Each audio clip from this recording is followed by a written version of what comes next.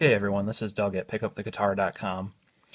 This is our first video in our series about music theory for guitar.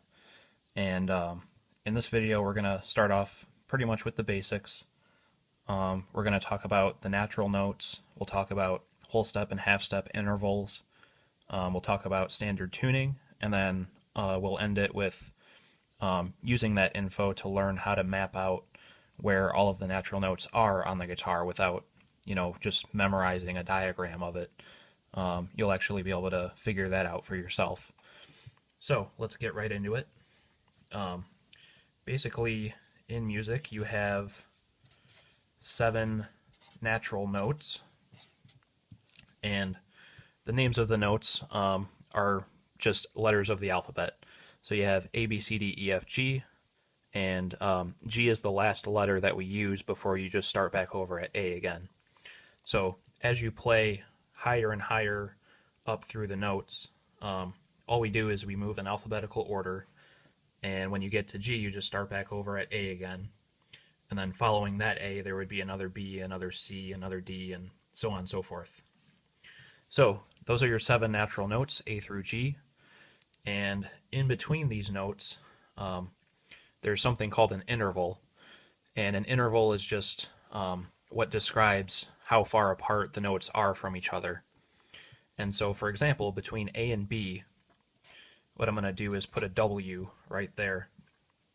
And that W stands for a whole step. And a whole step is just the name of one of these intervals. And on the guitar, it turns out it's actually equal to 2 frets. So basically what this tells us is that if you find any A note on the guitar and you go 2 frets above that, and what I mean by above is toward the body of the guitar. That's the direction that I mean when I say up or above. If you go 2 frets above this A, you'll find a B note. And that's always the case. That's always, always true. It doesn't matter what tuning you're in or what song you're playing or, anything like that. A and B are always 2 frets apart from each other. Now, when we get to B and C, we actually end up with a different interval called a half step, which, by the name of it, you can probably guess that since a whole step was 2 frets, a half step is only 1 fret. So between B and C, there is only 1 fret distance. So if you find a B and you play 1 fret higher than that, you're going to find a C. This is also true backwards, by the way. If you find a C and you play 1 fret lower, then you'll be playing a B note. And, 2 frets below that B, you'll find an A, and so on. Now, there's only one other case where you actually have this half step 1 fret interval. Between B and C we have it, and then also between E and F. So I'm just going to jump over here and I'll put the half step in there. And then all of these other cases are going to be whole steps. So I'll just go ahead and fill those in. So to summarize, basically between B and C you have a half step or 1 fret, and between E and F you have the same thing, just a 1 fret distance. But between any of the other pairs of natural notes, it's going to be a whole step.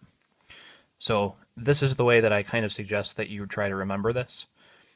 Just try to remember that the only 2 cases where you have a half step are between B and C and E and F. So if you can remember those 2 cases, then you can just sort of assume that, if it's not those, then you know that it's going to be a whole step in between. So at this point, I'm going to go ahead and take a pause break and switch my paper, and I'll be right back. Alright, I'm back, and what we're looking at now is called guitar neck diagram paper, or just neck diagrams. It's basically just the guitar on paper, and you can use it to illustrate things like scale patterns or chord shapes. It's pretty handy for certain things.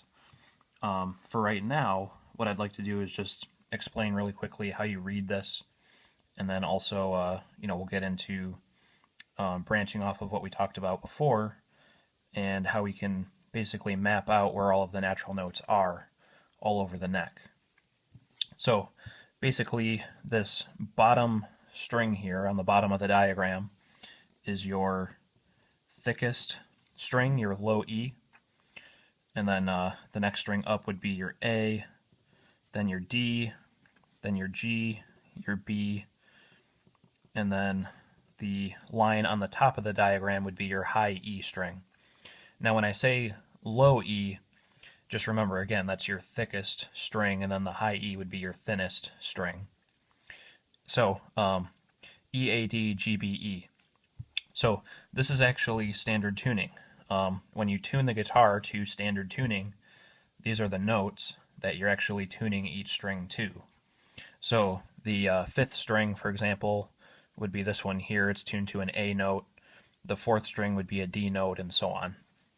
So let's start with the low E string, and going back to what we talked about before with the whole steps and half steps, basically the next natural note after E will just be the next letter of the alphabet, which is F. And you'll remember between E and F was one of those cases where it's only a half step or a 1 fret distance. So think of the open strings as like fret 0. And so if I look at the first fret, I can basically figure out that there should be an F on the first fret of the 6th string. Since E is on fret 0, if I go 1 fret above that, that should get me to an F. And then I can continue all the way down the string and basically figure out where all of these notes are. So between F and G, recall that that was a whole step. So if F is on the first fret, that means G should be on the 3rd, which has this dot here. These dots, by the way, are there to basically help you remember what fret you're on, because, you know, as you get higher and higher, sometimes it's harder to keep track of, you know, what number you're on and where you need to go to and that kind of thing. So there's typically dots on frets 3, 5, 7, and 9, you know, the odd numbers. And then on the 12th fret, there's usually 2 dots or some other kind of special marking, and you'll see why in just a second here, actually. So let's go back to G where we left off on the 3rd fret.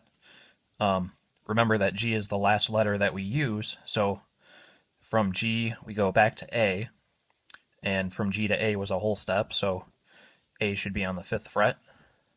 From A to B was a whole step. From B to C was only a half step. That's the other case where there's only 1 fret. Then from C to D is a whole step.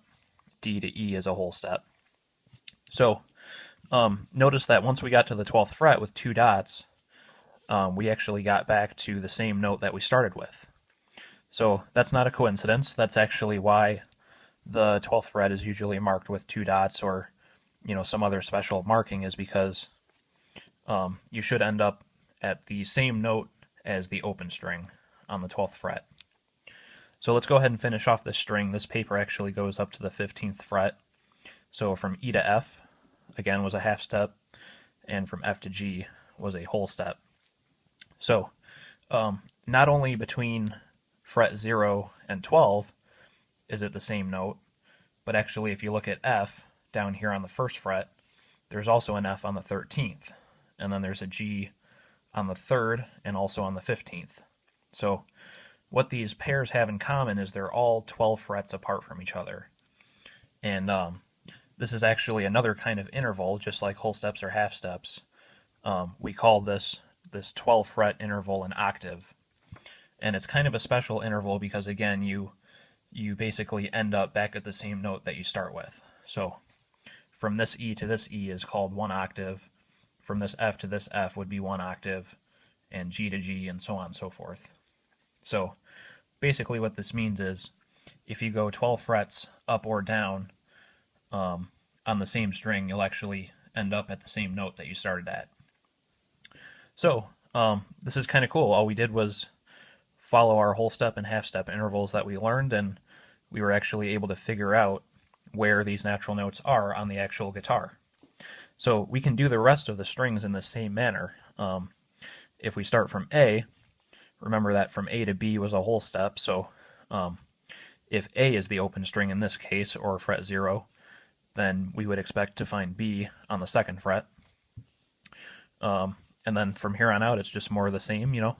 So B to C is a half step, C to D, whole step, D to E, whole step, E to F, there's the half step case. F to G is a whole step, G to A is a whole step. And then again, you'll see we get A on the 12th fret, just like the open string. And then we have another B here and another C here. So that finishes off that string. Let's go ahead and do the D string. So from D to E was a whole step. E to F was a half step, whole step, whole step, whole step, half step, whole step. So we get D on the 12th fret. That's good. E and F. This octave thing is a way that you can double check yourself too as you're doing this. You know, if you end up at some different note on the 12th fret than what you started with, then you know you may have gotten off by a fret somewhere, you know, in the middle, and you can go back and double check yourself. So I'm going to go ahead and fill in the rest of these strings and just fast forward a little bit.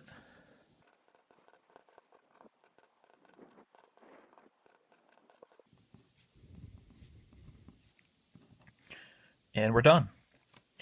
So now that we're done, I'd like you to see that you can see that both the low E and the high E string, since they both start from E's, all of their notes actually end up looking exactly the same. And that makes sense since they do both start from the same note. They have the same starting point. So that's it. Using what we learned earlier, we're able to now figure out where all of the natural notes are on the guitar, and we didn't have to memorize anything to do that. So, okay, that's it for this video. Thanks for watching, and make sure you check us out on the web, pickuptheguitar.com. Thanks, everyone. See you later. Bye.